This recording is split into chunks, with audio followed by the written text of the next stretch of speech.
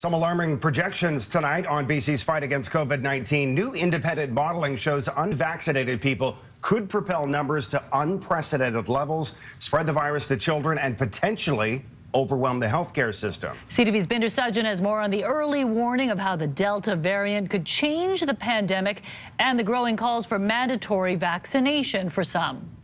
A new report is highlighting the danger of being unvaccinated. The current vaccine immunity that we have in our population is clearly insufficient. The worst case scenario, 10,000 cases a day by October. Report authors admit that's highly unlikely and emphasize this isn't a prediction, but a mathematical possibility driven by the Delta variant. There is one thing we do not understand, and we see this in all of the U.S. states, and now we saw this in Canada, that at some point the growth of Delta exceeds our expectation. Dean Carlin says the data shows people are being hospitalized at the same rate as before we had vaccines. It's time to consider how can we avoid a healthcare crisis.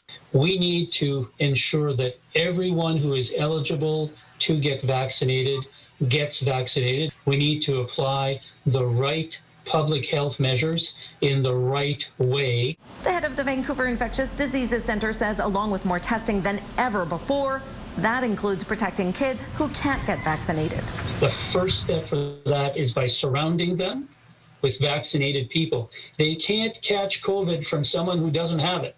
The health minister wasn't available for an interview. The Green Party wants a return to an indoor mask mandate and for the province to require all healthcare, education, and public-facing government employees have both shots. You have a responsibility to protect other people around you, particularly if you're working with vulnerable or unvaccinated people. There are 5 reasons, and only 5, why they aren't vaccinated. They haven't gotten around to it. They don't think it's safe. They don't think it's effective. They don't think they need it, or they don't want it.